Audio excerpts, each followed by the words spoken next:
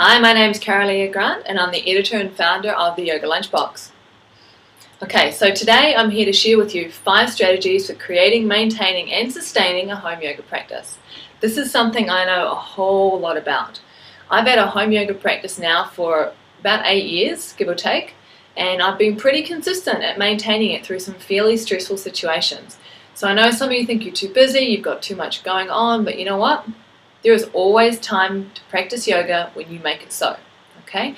So I have practiced yoga through being pregnant. I practiced yoga through having a newborn, through having a toddler. I've practiced yoga through being a solo parent, running a business, having a busy city job, while also teaching 6 yoga classes a week and running a yoga website. So I understand how busy life can get, and yet, you know what? I still practice yoga every day. Here's some strategies that can help you do the same thing if that's what you want to do, okay? Now this isn't rocket science, this is really basic stuff. The key thing is to apply it, okay? So, strategy number 1, make your yoga practice a priority in your day. Okay, I'm almost laughing as I say this because it seems so obvious. Make your practice a priority. If you want to practice, you've got to make it a priority. Now, in practicality, what this means is when I wake up in the morning, one of the first things I'll do is I'll mentally scan through my day and I'll see when I've got an opportunity to practice yoga. Right then and there, I declare to myself, I make that intention, I'm going to practice yoga at 3, or I'm going to practice yoga at 8:30, or I'm going to practice yoga right now. I make that decision because that means that I already know at the beginning of my day where I'm fitting in my practice. Okay, that is making your practice a priority. Strategy number 1. Strategy number 2 is give yourself permission to just get on the mat for 7 minutes. Okay, that's it. Just 7 minutes. I always have to think about how many fingers that is. 7, right? Is that right? Yes. 7 is enough, okay? The reason is 7 minutes gives you time to tune in, connect to your breath, start to feel into the sensations of your body, and gives you time to really be, okay? Now, in that 7 minutes, you might also have time to stretch your hamstrings, loosen up your spine a little bit, free your pelvis, lengthen your calves, okay? And something magic happens when you step on your mat for 7 minutes. You love it. You don't want to get off. So what will invariably happen is what started as a 7-minute practice becomes a half hour or maybe 45 minutes. And you know, on those days when you've got the luxury of time, maybe even 90 minutes, who knows? So that is strategy number 2, and it works by just getting you on the mat. Okay, you just say to yourself, I'm just going to do 7 minutes. You know, anyone can do 7 minutes.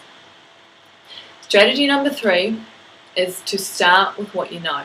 Now, one of the major reasons that people say to me they don't have a home yoga practice, oh yeah, I want to practice yoga at home, but I don't know what to do. Bullshit. You know what to do, okay? And if you don't know, you're smart enough to figure it out, okay? Child's pose. Perfect posture to start with. Everybody knows child's pose, okay? It's super easy, it's super simple. You can get on your mat and for those 7 minutes a day, just do child's pose and then do shavasana. Bang. You've got a home yoga practice.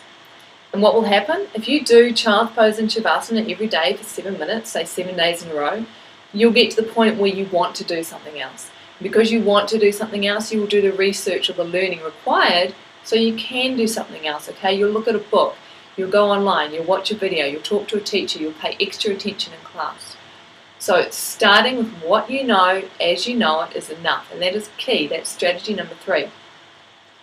Now, strategy number 4 I find particularly useful. Today, I don't want to practice. Couldn't be bothered, didn't feel like it, would have much rather actually just done work on the computer.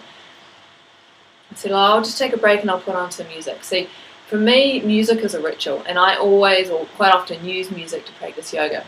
And over time, I've built up these yoga playlists, and these playlists I have listened to time again and time again and time again. So now, when I hear the opening bars of those songs, something inside of me just opens to yoga. And what do you know? I got on my mat, the music was playing, and I think I listened to that playlist twice, so that tells you how long my practice ended up being. So ritual can be a really good way to help you get on your mat. And it doesn't have to be music, okay? It might just be having a special outfit that you wear every time to do yoga. Maybe you put your mat in a particular way. Perhaps you light a candle. Anything works, right? It doesn't matter.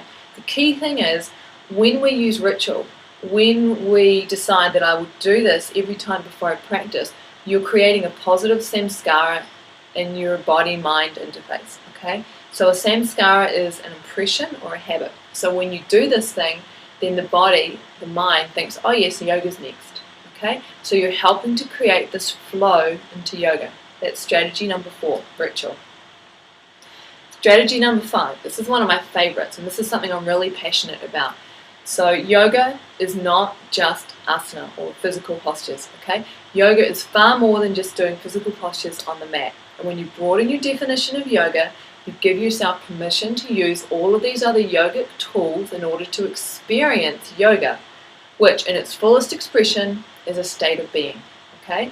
So we use tools like asana, pranayama, meditation, chanting, to practice yoga, which then leads us into yoga, the state of being, okay? So the reason this can help you maintain a home yoga practice is sometimes, yeah, your day might just be too busy to get on the mat. But if you use one of these other things, you can combine activities, okay? Now, you're thinking, what is she talking about? This is what I'm talking about. When I worked a city job, I would have to commute into work every day for 40 minutes and home for 40 minutes. And I remember thinking, oh my God, what a waste of time. I could be doing yoga then.